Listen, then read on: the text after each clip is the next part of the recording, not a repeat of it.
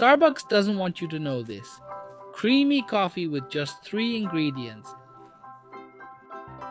In a chopper or processor, we're going to start by adding ice.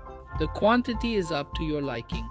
1 tablespoon of sugar, 1 tablespoon of instant coffee, and 50 milliliters of milk. Now we're going to cover it and let it blend really well.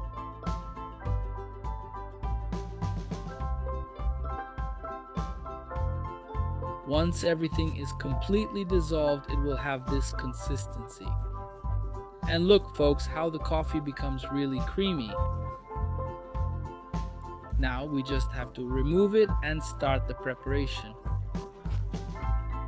Remember, folks, this little coffee can also be stored in the fridge or freezer for a long time.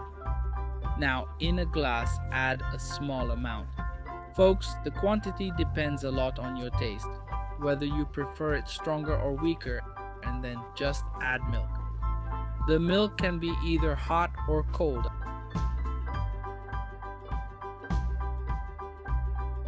After adding the milk, folks, just enjoy.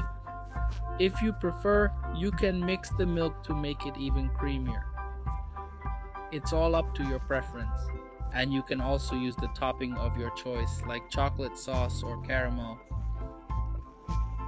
It really depends on your taste. Guys, the best part about it is that you no longer have to pay a lot of money to have a cup of coffee like this. It's super quick, easy, and delicious. And guys, to save it, you just have to put it in a glass jar or a plastic jar. Put it in the freezer and consume it over time. Guys, this way you'll be able to keep this coffee frozen for about a month. And best of all, guys, it doesn't harden.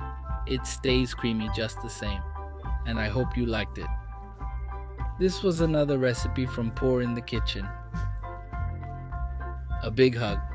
See you next time, and thanks.